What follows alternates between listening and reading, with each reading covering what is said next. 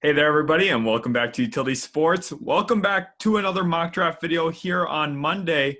And if you haven't already, smash that like button. Make sure you also subscribe. We're aiming for 300 likes this video.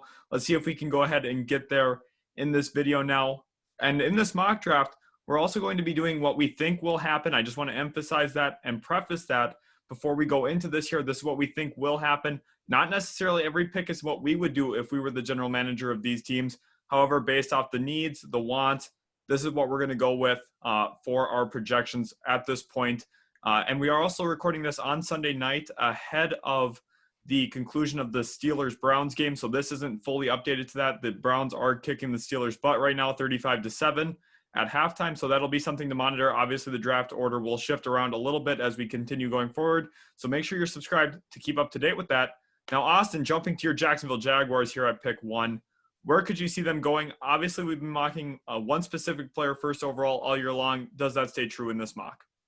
That'll continue to stay true. Even with the hiring of Urban Meyer, I still think that they would select Trevor Lawrence with their selection. Just all-around great prospect. We've talked enough about him as a player as a whole. And looking at Urban Meyer and his body of work, he likes to have an established veteran quarterback, a guy that really can get it done on the field. I watched a video again today about Urban Meyer speaking about the leadership and competitiveness of Trevor Lawrence, and he says that he is the greatest college quarterback of all time. So I think that would be indicative of him selecting Trevor Lawrence with that first overall pick. Right. I definitely don't see Urban Meyer going away from Trevor Lawrence, even with his Ohio State connection to Justin Fields. I ultimately just think Lawrence will be the first overall selection. Tank for Trevor is going to pay off for the Jacksonville Jaguars. Now at pick 2, we have the New York Jets, the team obviously that wanted Trevor Lawrence. I'm sure Joe Douglas is a little disappointed that Lawrence goes off the board at 1. At 2, does he go in the direction of grabbing his franchise QB, or does he continue to try and bolster that team? Obviously, remember, guys, this is not what we would do. This is what we think will happen. Yeah, I think what will happen in this scenario, I think Joe Douglas will look at the quarterback position. Obviously, I don't think that is their big issue right now. I think they have a lot of other holes on the roster, but I think since he was not a part of the draft process of Sam Darnold, he is not as compelled to continue to groom him. I think they will look for a trade partner. You will likely see him traded for a second-round pick to a team that is competitive currently right now, such as Indianapolis or possibly Pittsburgh. I see Justin Fields as the selection here at pick 2. All right, Fields coming in from the Buckeyes. Obviously, Monday, we do have the national title game. That'll be something to monitor. Justin Fields could have a breakout performance again in there. Looked really good against Clemson. Jets fans could be excited about Fields. He has a lot to offer, a lot of different traits, and he goes here number 2 to the New York Jets. Staying in the AFC East, we have the Miami Dolphins, and this pick comes from the Houston Texans, who have quite a bit of dysfunction going on their own. With Deshaun Watson. This pick could be something used in a trade for Deshaun Watson potentially. But with the Miami Dolphins still holding this pick at selection 3 here, do you see them going offensive tackle? Also linebacker or wide receiver are positions of need for this team. Which way do you see them going at pick 3? I think for Miami, they are going to look at the offensive tackle position and say, there is a really great prospect on the board in Penei Sewell. I think ultimately they will still go Sewell, just considering that Miami is going to look to continue to build that offensive line to protect Tua or possibly Deshaun Watson in a deal. Obviously, maybe that pick might have to go out in a deal for Deshaun Watson, but I guess we'll have to kind of monitor that situation as it continues to progress. I think Penei Sewell would be the selection considering what is available on the board. I think there's other consideration for guys like Parsons and Chase, but at this point, I think they would elect to take the franchise tackle and have him protect Tua. Yeah, definitely the interesting point of that too. You had mentioned that franchise tackle. Most people usually see that as a franchise left tackle, with Tua Tagovailoa being a left-handed QB. You and I have talked about this. You would see Penei Sewell being possibly a right tackle there for them as the franchise right tackle to protect his blind side. Is that right? That's correct. I think that they would opt to have the blind side as the protector for him. Since Tua's left-handed, he would move to that right tackle spot and protect Tua's blind side. Obviously, I think that Sewell would be phenomenal at left or right tackle. It really doesn't matter for him. Yeah, definitely the top tackle in this class goes to Miami at 3 here. Miami should be elated about that, getting someone to protect Tua Tagovailoa long-term. Also, hopefully help improve their run game, something they badly need to do there in Miami as well. Now at pick 4, we have the Atlanta Falcons, and right now they're still in the middle of the head coach and GM search. There's quite a few different directions Atlanta could go to. Edge is probably their biggest actual need based on what their current roster looks like. Also, there's question marks if Julio Jones is going to be around, what Matt Ryan's future looks like in Atlanta. Where could you see the Falcons going with how the board's fallen at this point already? I think at this point, this is probably the toughest pick to make in the top 10, in my opinion, just considering there are a numerous amount of ways that Atlanta could look for their selection. Obviously, I think Micah Parsons actually would be a phenomenal fit in Atlanta. Obviously, they could look at the quarterback route. But for me, ultimately, I would go Micah Parsons, just considering that he's a phenomenal talent. He'll be a great linebacker for 10 plus years if he does, stay in Atlanta. I think it's a great selection for them. Right. Yeah. The one thing about grabbing Parsons here is it's a little bit of a safer pick. Him and Deion Jones in the middle of that defense are going to be really dynamic together, going to cause a lot of havoc right in the middle.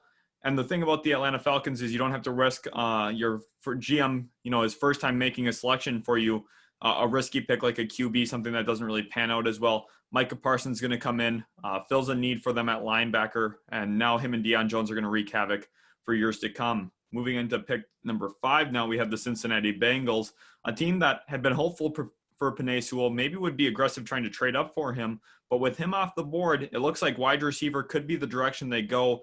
An LSU product is there, someone who had played with Joe Burrow. Is that the way you see Cincinnati going here? Looking at Cincinnati right now, I think with their current state, there is a need at the tackle spot for sure. That is their definite number one need. However, A.J. Green will be gone after this season. I think that they could look in that receiver direction. Just considering what is available on the board, Jamar Chase, Joe Burrow's former counterpart at LSU is still on the board. I am selecting Jamar Chase with this Bengals pick. He's a dynamic receiver. He's obviously going to help develop Joe Burrow as a whole. Also, they have T. Higgins and Tyler Boyd there. It's looking really promising in terms of the weapons that Joe Burrow is accumulating. Yeah, definitely. Jamar Chase comes in as the clear top dog there in that wide receiver trio you just mentioned. It's about time the Bengals move on from A.J. Green. It's just clear that his future is not going to be there in Cincinnati. Jamar Chase, the obvious replacement here for him, has time with Joe Burrow, is a phenomenal receiver prospect. They grab him here at 5. I think that's an excellent fit in Cincinnati. Now on to pick 6, we have the Philadelphia Eagles, a team with kind of an interesting future ahead of them. We've seen Carson Wentz possibly want out of Philadelphia. Jalen Hurts did take over the starting job later in the season. Doug Peterson obviously under some flack from his players right now. There's a lot going on in Philadelphia. I think for them moving forward, they're going to have to really hit this draft pick and a few others as well this draft to kind of right the wrongs there in Philadelphia. Which way could you see them going here at selection 6? For Philadelphia, I think they're definitely going to look at the wide receiver spot very carefully. Obviously, they want to continue to help Jalen Hurts in his progression as a quarterback. I think that's who they will be moving forward with. With that being said, they are going to take the Heisman winner, Devonta Smith from the University of Alabama. It's been a popular pick in our mock drafts, and I think it still makes sense up to this date for them to select such a talented wide receiver. Obviously not the most physically imposing receiver in terms of what his size presents, but he is a very, very special talent. And to get him at 6, I think it makes a lot of sense for Philly. Yeah, Smith's a really good athlete, able to take the top off the defense, catches the ball in traffic well. A 6'1" receiver there for Philadelphia gives them a weapon outside, something they badly needed for the last couple of years now. And he has the production to match the physical traits as well. You had mentioned his Heisman, won the Offensive Player of the Year as well. Just quite frankly, a phenomenal season for Devonta Smith and the Alabama Crimson Tide. We'll get to see him again in the national title game Monday night, and I'm really looking forward to seeing a little bit more from him before he steps to the pros. At pick 7, we have the Detroit Lions, and that fan base seems to be a little divided on if they want a QB or if they want to start building up that defense again. Which way could you see Detroit going? Also, wide receiver is a big need for them. Yeah, just considering the contract situations, that makes the wide receiver position a positional need. But looking at it from this point, I think they will get some contracts done between Marvin Jones and Kenny Golladay. It's very possible that one of them walks, though, too. So with that being said, I think they will look primarily at the edge spot for this position. So you could look at Kwity Paye as actually being the selection. Just considering this year, very well could cause him to slide just a little bit. Kwity Paye has been gaining some traction on that edge spot. I think that looking at it as a whole, Kwity Paye could very well overthrow Gregory Rousseau as the number 1 edge. Early on in the season, it was all about Rousseau, but now Kwity Paye has slowly began his ascension. Yeah, it's definitely one of those interesting things to monitor here in this draft is the players that opted out, what their situation will look like. We saw Jamar Chase still go fifth overall. Obviously, he had opted out, but outside of him, there's a little bit more insecurity for some of these other guys. Kwity Paye stays in Michigan here, goes to the Detroit Lions. I think that's an excellent fit and a for sure need for the Detroit Lions. Now at pick 8, we have the Carolina Panthers, a team that does badly need defense as well. Is that the direction you see head coach Matt Rule going, or do you think that they're going to address that QB position? Obviously, Teddy Bridgewater has 1 year left on his deal before he's really able to be moved on from with a release. Is that what you see Carolina doing? Yep, Zach Wilson is the popular pick here at 8 for me, and all of our mock drafts as a whole. Zach Wilson will be the selection, just considering the Teddy Bridgewater contract situation. You can let Zach Wilson sit, learn a year, and then obviously you can move on from Teddy Bridgewater after next season and cut him for a pretty good price in terms of what you are saving on his contract on that final year of his deal. So Zach Wilson makes a ton of sense. He's not pressured to play right away. And if Joe Brady stays there for a little while longer, I think that his development could be insane. Joe Brady is the name to watch there in Carolina right now. He's taking head coaching interviews. Obviously, he's been on a really fast track to a possible head coaching candidacy. Was just the offensive coordinator for LSU 2 seasons ago. Now 1 season as the Panthers offensive coordinator, and all of a sudden he's getting head coaching interviews. Possibly could get a head coaching offer. That'll be something to monitor there in Carolina. At pick 9, we have the Denver Broncos, another team with a GM vacancy. John Elway did step away from that position. Quarterback all of a sudden is a possibility for them with obviously a new GM, maybe not being a fan of Drew Lock, wants to go in a different direction. But there's also some other big needs on this team, one being at the cornerback position. Is that where you see them going, or do you think QB is on the table? Yeah, so this has not been mocked yet to this point. Since John Elway is out, I think the next possible GM may be a little quicker to move on from Drew Lock. So we are going to look at the quarterback position. This is the first time that we've had Denver select a quarterback in any of our mocks so far this year. Trey Lance will be the selection. High upside quarterback. Obviously, only got to see him in the showcase game this season. Did not play well in that. But as a whole, he has a lot of traits that will transfer very well to the NFL. And with a little bit of infrastructure around him, like Denver has on the offensive side of the ball, he could be a very successful quarterback. Yeah, the nice thing there for Denver is they do have those pieces in place. Noah Fant, obviously at tight end, Jerry Jeudy, KJ Hamler, Cortland Sutton out wide. They have a good running back room as well. Trey Lance is going into a pretty good, stable situation there. Also some pretty solid offensive line play from Denver as a whole. They had a first team All-Pro left tackle there in Garrett Bowles. And that's something to build around there in Denver. Trey Lance comes in. That's a pretty good situation for him to fall into. At pick 10 now, we have the Dallas Cowboys, and they're probably pretty ecstatic with how the board's fallen. There's a specific positional need still left on the board for them, and their choice between 2 guys there. Which one do you think they would go with here, assuming they do look at that cornerback position? This is the ideal situation for Dallas because you get your choice then between Surtain and Farley, both phenomenal prospects. I think they would prefer Patrick Surtain a little more over Caleb Farley at this point. They're looking for a man-to-man guy, a true cover corner, and that is what Surtain gives you on a week-to-week basis. Obviously, they want to keep improving that secondary. They're going to have a little bit of turnover. We're not exactly sure about the contract situation at the safety spot as well with Xavier Woods. But as a whole, I think this is the direction they'd prefer to go in, assuming that both of those corners were there for them. Right, we see Surtain come in. They grab another Alabama cornerback there with him in the door now at pick 10. You're looking at Dallas being in a much better position this year to deal with the division rivals. They have a strong cornerback room with the addition of Surtain, and that's something that they really needed to improve on. Here they're doing it at pick 10. Pick 11, we have the New York Giants. Obviously, we're close to making the playoffs this year in that division. Did not get the job done when it came down to it. Obviously, needed a little bit of help from Philadelphia. Did not get it. Now here at this spot, we could see them go a variety of ways. Wide receivers, one we've looked at. Edge is a big need for them. Also, tight end Kyle Pitts could be possibly an option here. Which way do you kind of see them going? I think for the Giants, once again, Jalen Waddle would be the selection for them, just considering that they want to continue helping Daniel Jones. Obviously, they want a really dynamic playmaker, and that is what Jalen Waddle gives them. Hopefully for Jalen Waddle's sake, he is able to play that national championship game and can absolutely light it up. But where his value is truly going to come is during the combine. He's going to show from the drills and from a time standpoint that he is worthy of a top 15 selection. And I think the Giants are getting a really, really good wide receiver here at 11. Yeah, he definitely is a very talented wide receiver. The New York Giants are getting a good one. And we see the third Alabama player go here in the top 11. That gives you a bit of an idea on how talented this Alabama Crimson Tide roster really is. Now at pick 12, we have the San Francisco 49ers. And this pick gets a little bit tougher now at this point. Obviously, we've been looking at QB for them quite a bit. Now, with Trey Lance off the board earlier, going to the Denver Broncos, this pick becomes a little more complicated. The Jimmy Garoppolo situation becomes a little tougher for them. Cornerback is a huge need, though, for them. They need to get an outside guy to replace Richard Sherman long-term. Is Caleb Farley where they're going to go here? Caleb Farley would be the selection. They do need to get a long-term replacement for Richard Sherman, and the San Francisco 49ers desperately need another corner in that cornerback room. I think they'd be really happy to see Caleb Farley make it past Denver and Dallas at that point, and he would be a really good pick here at 12. They definitely need a man-to-man guy in that secondary. Right, with how the board kind of looks, now it's going to be hard to see San Francisco either not be able to get their hands on a quarterback like Trey Lance or a cornerback like Caleb Farley. Obviously, the needs kind of fit for them with where they fell at pick 12. Pick 13, we have the Los Angeles Chargers, and Tom Telesco is heading the head coach search there for them. Also a really good draft record. He's picked a lot of really good players in the first round, also the second round.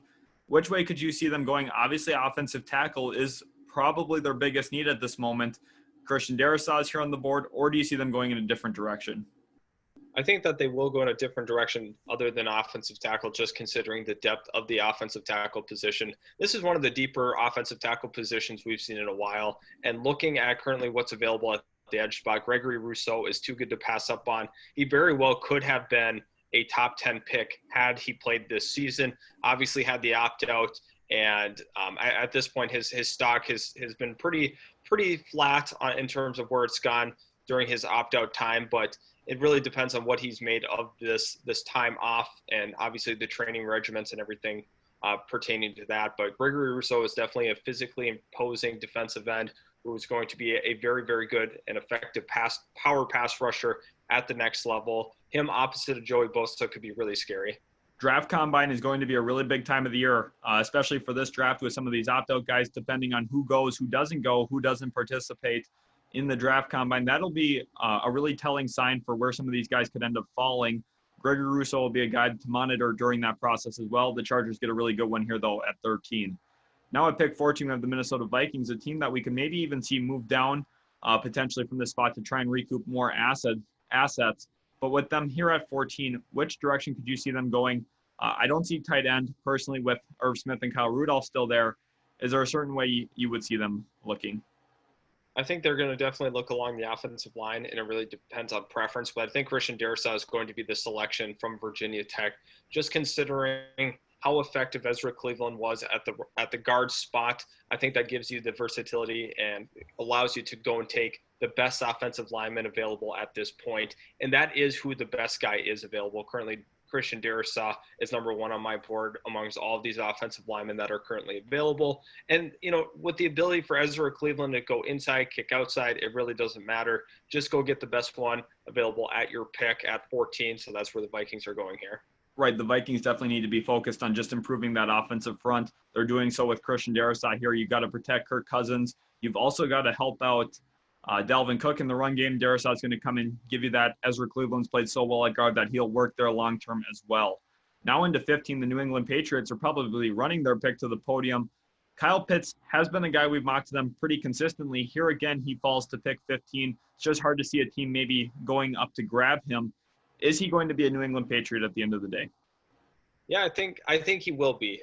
For sure, if he's at this spot in the draft, I think, like we had talked about, the combine coming up and some of the pro day stuff, that very well could move him up a lot of people's boards. But at this point, Kyle Pitts would be the selection, one of the best offensive players in the entire class. I really like this fit in New England because New England's been really struggling at that tight end spot in terms of they haven't been able to replace Rob Gronkowski's production from a couple years ago. Kyle Pitts obviously is going to be, to me, I could see him being a top 5, top 8 tight end as soon as he gets to the league. Right, and that's one thing to really note here again. Remember, we didn't say that we're necessarily doing what we would do, but what we think will happen. We both feel that Kyle Pitts is a top 10 player in this class.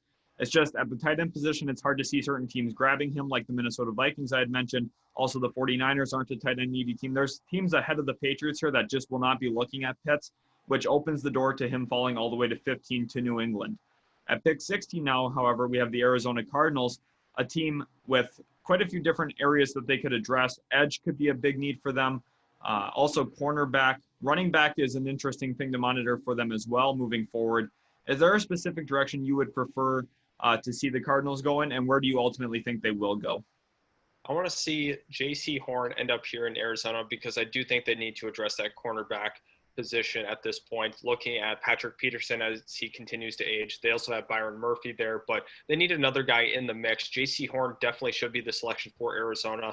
They have to continue to build up that defense. Obviously, I think the offense is fine as a whole, but in terms of what you want to address in the first round, J.C. Horn seems like a really good guy to fill your need at corner. Yeah, definitely. Cornerback is coming at a premium here in this draft. We have now seen our third one go in the top 16 picks, and the Cardinals grab J.C. Horn here at 16. There's going to be a little bit of a run on some of these guys, maybe in the middle of the first round. We've seen that here now, and the Las Vegas Raiders are picking right behind them at 17. They have so many needs on that defense. They could be looking at cornerback again this year with Damon Arnett being their first-round pick last year. But also that interior defensive front is a really big need. Also linebacker. You're looking at just a lot of needs for John Gruden in that Las Vegas Raider defense. Which way do you see them going with how the board's fallen? I think they would be hard-pressed to not take Jeremiah Owusu-Koramoah. Obviously, Mike Mayock likes to take from winning programs. That's what Notre Dame is. But that's not the big part in this. I think it's the ability to use him as a versatile linebacker. He's a guy that can go sideline to sideline. He's a very secure tackler. And as a whole, he's going to be one of the best players on that defense as soon as he arrives. I think he's a special talent. He's a proven leader. He's a guy that could really, help command that Raiders defense. And I think Jeremiah Owusu-Koramoah is an absolute steal at 17. I definitely agree. Looking at Owusu-Koramoah, not only is he a great player, a guy who fits their needs at this point, someone who's going to come in, take responsibility, and make a lot of plays for them, but he also fits their draft history. They do draft from winning programs. That's just proven. They've drafted so many times from Clemson, Alabama, Ohio State in the past. They're going to continue that trend. They're going to draft Jeremiah Owusu-Koramoah if he's here at this spot. I don't really see a way that Vegas passes on him if he's here at 17. Now at pick 18, we have the Miami Dolphins with their second selection of the first round. Obviously, we had them grab Penei Sewell, who fell to them at pick 3. Now, an interesting spot for them here. Owusu-Koramoah is off the board. Wide receivers are a really big need for Miami. Is that where you see them going, or is there a different direction you'd have them going with how the board's fallen? Just based off of how the board's falling, I would have actually had them take Jeremiah Owusu-Koramoah with their selection had he got to 18. But now looking at what's available, I think you have to still go one of the better players who is available in Rashad Bateman at the receiver position. Big time, big play receiver for the University of Minnesota. Played part of the year, ended up opting out midway through the year. So looking at it from that standpoint, I think they're getting a really special player with this pick. Definitely could have been higher had he opted out before the season started. His stock was at an all-time high before the season started. Minnesota had some issues, but Rashad Bateman will fit in very, very nicely. I know a lot of Miami fans want the speed receiver, but obviously Rashad Bateman is a big play guy, can really take the top off the defense. And I think 18 is a good spot for him. Yeah, we've definitely seen over the past few years, too, that receivers that aren't necessarily speed demons, but are, crisp route runners can work in the NFL. That's what Justin Jefferson and Adam Thielen bring in Minnesota. Now the Minnesota receiver, Rashad Bateman from the U of M, goes to Miami here. That could be a really good grab for them. Also, they have a pick at 35 here in this draft that they could address other needs as well, something to watch for at the top end of the second round. At pick 19, we have the Washington football team, who absolutely balled out against the Tampa Bay Buccaneers, played within a score, even with Taylor Heineke at the starting job. We do have a video on that if you guys are interested. Here's a card for it right now. But in this mock here, Austin, where could you see Washington going? Obviously, QB board is kind of thinned out a little bit. Offensive tackle could be a real spot for them to look. Is that where you see them going? I think offensive tackle is definitely going to be the move here for Washington. Rashawn Slater, who's the best tackle available, will be landing here. Just considering that they're probably not going to be in love with a lot of the quarterbacks that are there. Possibly Kyle Trask could be an option, but I think as a whole that they'll hold off on that quarterback position. With the time being, they could explore the trade market for quarterbacks, so maybe they don't feel hard-pressed or compelled to take a quarterback at this spot. I love the Rashawn Slater to Washington selection. Yeah, they come in, grab their franchise tackle in Slater. Whoever that QB is going to be long-term, you have someone to protect him now in Slater.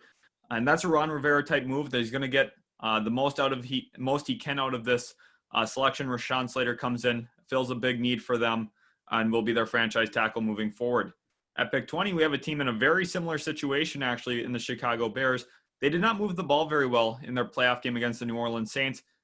Is that going to be Mitchell Trubisky's last game at QB, and does that impact the decision they make here at pick 20? I think Trubisky is done in Chicago. I think, once again, this is another team that could explore the trade market for a quarterback. It's hard to see them not take a tackle as well, but I think they will be pressured to take a quarterback. Kyle Trask could be the selection here for the Chicago Bears. I think they are going to kind of panic. They're going to try to get a quarterback in there right away from the draft. And I see Kyle Trask as being the selection, one of the Heisman finalists, obviously, played very well at the University of Florida. A lot of people are concerned about, was he elevated by what's around him, Kadarius Toney and Kyle Pitts, phenomenal players. But, it's hard to take away from what he did at the University of Florida this season. At this point, I think Chicago would be pretty interested in Kyle Trask with their pick. Yeah, Chicago's going to be one of those pivot points here in the draft. They've got such an interesting offseason ahead of them. Star wide receiver Allen Robinson is not under contract moving forward. Obviously, they've got some younger guys like Anthony Miller, Darnell Mooney there at that wide receiver position, but also the QB question marks. There's a lot of pressure on Ryan Pace there to get things figured out for the Chicago Bears moving forward. Kyle Trask, as the pick here, could maybe put things back on track there in Chicago. At pick 21, we have the Indianapolis Colts. Obviously, they had a tough loss in their playoff game, a very close loss. Phillip Rivers might be calling it a career. Obviously, Mac Jones is on the board yet at this point, but offensive tackle is somewhere else we've been mocking for them with the possible Anthony Costanzo retirement. What do you kind of see for Indianapolis moving forward? For Indianapolis, I think they are going to look at that offensive line position very carefully if you want to pan to the offensive tackles that are still available. I think that's definitely where they're going to be looking at this point. Liam Eichenberg seems like a really good selection for them. I think that is a very Indianapolis-like pick. They do have Jacob Eason on the roster, who they may trust as the starter moving forward. A guy that ended up falling a little bit in the draft process last year because of his lack of mobility. But I definitely see Liam Eichenberg as a very Indianapolis-like pick to ensure that they have stability at that offensive tackle position. Right, head coach there, Frank Reich, and the Indianapolis Colts do have a little bit of a head start on that QB search if Jacob Eason is the guy. Obviously, they've gotten to see him in practice all year long, kind of see what he's got to him. The immobility doesn't really scare them if they have such a great offensive line like they do. Obviously, we saw Phillip Rivers succeed quite well there in Indianapolis. I think the biggest thing for them is going to be grabbing offensive line and a wide receiver as well this year. Eichenberg here goes 21. I really like that pick for the Indianapolis Colts. Now we have the Tennessee Titans, who did lose today to the Baltimore Ravens. Obviously, Lamar Jackson got his first playoff win. And now for the Titans, you're looking back at the drawing board. Where can we improve? What can we get better at as a football team?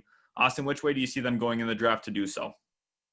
To the Titans' credit today, they did play pretty well in terms of the ability to rush the passer. They definitely got a little bit of pressure on Lamar Jackson throwing the ball. A lot of credit to them, but I still don't think that changes this selection. I think they will go edge in Joseph Osai from Texas, a guy that has the ability to force fumbles, rush the passer. I think for Tennessee to keep improving, they have to work on that pass rush because as a whole, outside of this game, I mean, they've really struggled. They even mentioned it during the broadcast. Something that I've been preaching all year long is they just can't get to the quarterback at a consistent rate. Joseph Osai will help that process. Yeah, Osai comes in. They need to improve that defensive front. Osai is going to do that for them. He's a guy that's been pretty fluid, actually, in our draft process here. We've mocked him even higher than, I believe, about pick 16 or so. Now they get him here at 22. He's going to be a guy to watch for the Tennessee Titans. At 23, we have the New York Jets selection. This obviously comes from the Seattle Seahawks trade with Jamal Adams. Their loss to the LA Rams locks them in here at pick 23. Which way could you kind of see them going with how the board has fallen. Obviously, cornerback, such a big need there. We did grab Justin Fields. Is there going to be a wide receiver weapon they want to target here, or are they going on the outside defensively? Yeah, it's really tough. It's a super tough call, just considering that the Jets would want to get Justin Fields a big time target, big time playmaker, a guy like Terrace Marshall possibly. But at the same time, I think they might look in free agency for that. A guy like Allen Robinson could be a possibility on an overpay to go play for the Jets. So I'm going to look at the cornerback position, one of the most important positions in the game of football. Eric Stokes will be the selection. Watch a little bit more tape on him. He's impressed me with his ball skills. A little grabby as a man-to-man guy, but definitely the ball skills are there to be a really, really nice corner in this league, and the Jets desperately need that at that outside corner spot. As a Jets fan, I've been begging to get a cornerback, a number one guy that you can put out there against number one receivers. Eric Stokes hopefully will grow into that for the New York Jets. We definitely badly need that. And one thing to remember for Jets fans, if Justin Fields is the pick, maybe at pick 34, we can come back, maybe grab his Ohio State running mate, Chris Olave, if he's still on the board. There's a lot of time to grab a wide receiver. If you don't grab the cornerback now, you're losing out on a lot, especially with how the board could fall in the next 8 or so picks. Now the Pittsburgh Steelers here are at pick 24. This is the highest we've seen them on all year. Obviously started the year off with an incredible winning streak. They kind of failed to capitalize on their hot start. Where could you see the Steelers go at 24 to kind of right the ship and restart this process? Yeah, I think offensive tackle, they definitely need some insurance in the department. I also see them going running back. They could look at the quarterback spot potentially, depends on what happens with Big Ben. There's a lot of different things that could happen, but if you look at the big board as a whole, it's hard to pass on a guy like Najee Harris at this point, but there's so many different places that they could look. They're not a team that has a super, super glaring need, but I think the Pittsburgh way would be to select an offensive tackle in Jalen Mayfield. I think that is going to be the selection. They need some insurance on that offensive tackle spot to protect whoever is at quarterback, whether it be Ben Roethlisberger or a guy they explore in the trade market at the quarterback spot. There's a lot of different things that they can do, but I think they will actually look at that offensive tackle position very closely, that or running back at that point at 24. Yeah, definitely. Pittsburgh got such a young and talented defense. That's going to be the strong point for that football team for years to come. Looking on their offensive end, they've got a little bit more question marks. You had mentioned Ben Roethlisberger, what the end of his career is going to look like, when that's going to come. Also, that running back position, a really big one to monitor. Here they grab the tackle, gives them, not only a safer pick, but a pick that they do need to make. They need to improve on that offensive tackle spot long-term. Mayfield comes in, gives them some flexibility. They'll be able to manage the cap and figure out the other positions as they go. Now at pick 25, we have the Jacksonville Jaguars with their second selection, obviously grabbing Trevor Lawrence with their first selection. I was looking at Travis Etienne, his teammate. Obviously, Etienne will not be the pick here with James Robinson's emergence this year for the Jaguars. Which direction could you see them going? Obviously, probably a little bummed that Mayfield goes one pick before them here. Yeah, they do still feel pretty good about this next pick. Samuel Cosmi will be the selection. I think Cam Robinson is done. I think his time in Jacksonville is completely over. Samuel Cosmi, another guy that will give you some versatility on that offensive line, but I think ultimately he will be a left tackle for Jacksonville. You have Jawan Taylor on the right side at the right tackle spot. Jacksonville needs to continue to improve up front. Obviously, they have Brandon Linder. They have Andrew Norwell. They also could have some improvement at that right guard spot, but they've been trying to draft a guy like Ben Barch or A.J. Cann's a guy that could also be that long-term right guard option. But at this point, they do need to get a left tackle. Samuel Cosmi is the pick. Yeah, Cosmi comes in, fills a huge need. You need to protect Trevor Lawrence. They're going to try to do so. Cosmi is going to give them that option to hopefully protect Lawrence long-term. And hopefully it's a change of direction here for the Jacksonville Jaguars. Trevor Lawrence is the type of guy that could change the future for that franchise. Protecting him at all costs is what they're going to look to do. Cosmi at 25 makes a lot of sense. Jumping into pick 26, we have the Cleveland Browns, who've had such a phenomenal year. That offensive line has played so well. Baker Mayfield's turned it around with Kevin Stefanski as the head coach. Obviously, that run game's been dynamic. What do you think about the Cleveland Browns' future, and where do you see them going with this selection here in the first round? I think they have a very bright future under Kevin Stefanski. I think he's really turned around the culture as a whole. But looking at them right now, they definitely need an edge. I think that is their glaring need. Olivier Vernon will not be back. I think Azeez Ojulari is a guy that I've been really excited about throughout this entire draft process. They will select him with pick 26, just considering that they need to have a guy opposite of Myles Garrett to continue to generate consistent pass rush. Right, definitely. You see Ojulari going here. And the other thing to monitor is maybe if a guy like Osai does fall to 22, they could be a team that would be aggressive moving up, getting their guy that they want on the edge for years to come. Ojulari, though, in this mock where we're not doing trades, makes a lot of sense. They fill that big need. He's a guy who has good potential there out of Georgia, and putting him across from Myles Garrett is scary for the rest of the AFC North. Now, at 27, we have the Tampa Bay Buccaneers, obviously out-dueled the Washington football team. They're in their wild card game. Tom Brady probably going to stick around for another year. Where do they need to look to improve or, maintain that position with the salary cap to ensure that they'll be competitive again next season? Once again, I think they will go with Jay Tufele from USC, another opt-out guy. But looking at Tufele, I think he fills a need for the Buccaneers on that interior of their defensive line to continue to help the best rush defense in the entire NFL. Obviously, Ndamukong Suh will likely not be back next year with his contract being up at the end. But I think Tufele is a really nice addition to that defense and continues to pay dividends as time goes on. I think that will be a really good pick for them. Right, Tufele comes in, fills in that interior defensive line. Vita Vea was out with an injury this year. Ndamukong Suh probably will not be back next season. You need to figure out how to manage the salary cap. Tufele gives them the flexibility to do so. And I really like his potential there as well as a Tampa Bay Buccaneer. Now at pick 28, the Baltimore Ravens. This is where we kind of had expected them to be all year long. We had been saying when they were up around pick 18, 19 that we thought, they'll probably fall down a little bit further. They do so with their win over the Tennessee Titans this wildcard weekend. Where could you see them going at 28? Matthew Judon, obviously the contract to watch this offseason, could shape where they look. Yeah, this is one of the tougher picks as well to try to pin out because with like you mentioned, that contract situation could be really tough. I definitely could see the edge spot. I think edge is where they would go, just considering that contract. I'm not sure if they will get a deal done. Jason Away is a guy I've really liked throughout this entire draft process from Penn State. I think he fills in nicely for Judon in that that edge replacement because Baltimore loves defense. They want to continue to stay on the defensive side of the ball. But at this point, I don't see them taking tight end like they like to do generally in the first round. But at this point, I think Away is a really good fit for them at the edge spot.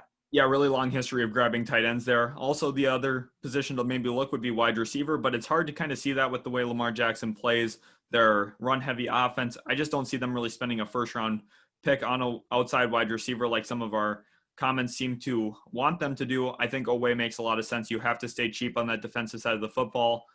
Moving on from Judon is going to be the way they do that. Oweh comes in, fills that need, and is going to be a good player for them moving forward. At pick 29, we have the New Orleans Saints. Now, obviously, a convincing win over the Chicago Bears. Drew Brees played well. They've got that gimmick offense with Taysom Hill there. Defensively, I think could be a position. They'll be looking at linebacker with Quan Alexander out. Also, Mac Jones has fallen to pick 29. Which way do you see them going with how the board's kind of laid out? I am glad that you brought up Mac Jones because depending on how the title game goes, if he absolutely dominates that title game, I see this as a very, very interesting selection. I am going to go with Mac Jones here at 29 with the uncertainty at that quarterback position. I think Drew Brees will retire at the end of the season. And then looking at it from that perspective, you're left with Jameis Winston and Taysom Hill on the roster. But obviously Jameis Winston's contract's actually up. So technically you do only have Taysom Hill at that point. And depending on what happens in free agency, if they don't address it, Mac Jones would be the selection. Right. That's another reason why you guys have to be subscribed here. We'll be keeping up to date with everything news related regarding Drew Brees, also the title game, all of this. We're going to be staying up to date on that. Mac Jones to the Saints definitely is a possibility if Drew Brees does call it quits. Make sure you guys are subscribed to not miss out on all that breaking news as it comes along. At pick 30, now we have the Buffalo Bills. Obviously, just out-edged the Indianapolis Colts in their playoff game. Which way could you see them going? Josh Norman could be a guy they would move on from at that cornerback position. I think Zaven Collins would be the selection here, just considering that they could look at that linebacker spot very carefully. I think corner is definitely the other position that they really want to look to address. But judging off of what Buffalo would like to do, they probably would like to take the best player available between those two spots. Zaven Collins makes a ton of sense, and he's a very, very secure tackler, very, very good and unique form. Looking at him as a whole, I think that Buffalo would be really, really excited to take a guy like Zaven Collins, him and Tremaine Edmonds. Obviously, Milano is in that linebacking core. I really like this for Buffalo. Yeah, Zaven Collins has really been a key factor in that Tulsa success they found this year. He goes here to pick to the Buffalo Bills at pick 30. I really like that selection. He's a really good player, really competitive guy. He's going to come in and improve that Buffalo Bills defense. They'll have to figure out how to address cornerback a little later on, maybe in the offseason through free agency. That'll be something to monitor as well. At pick 31, we have the Green Bay Packers. Obviously, a lot of fans seem to want a wide receiver there. They have not been quick to act on adding a wide receiver in the first round for Aaron Rodgers. I don't know if that's the way you see them going here. I do not.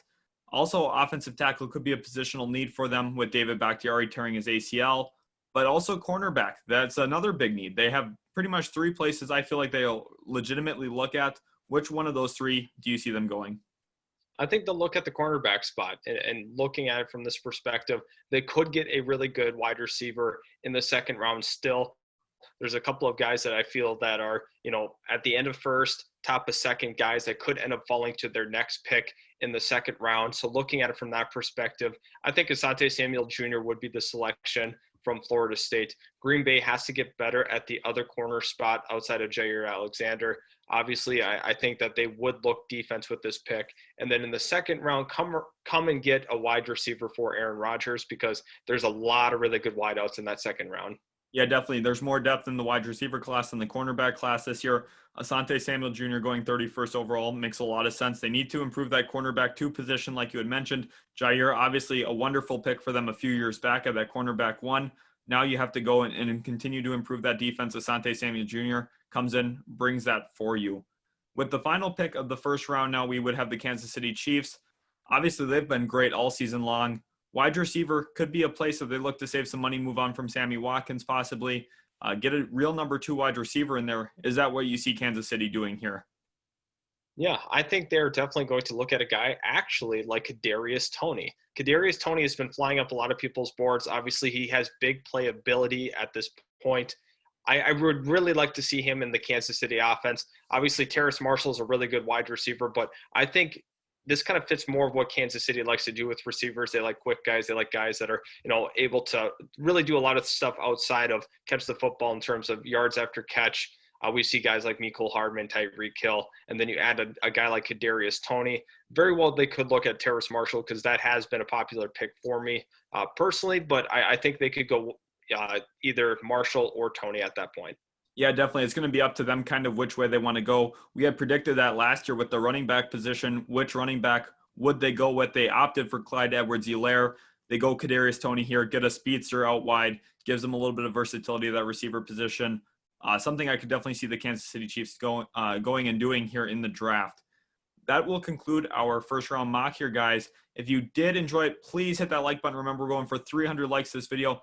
Also, make sure to check out our socials. They are in the description below. Follow us on Instagram, Twitter, and TikTok. We'd love to have you guys on there and commenting on our videos and everything else that we post. We'll catch you guys in the next one. Thank you so much.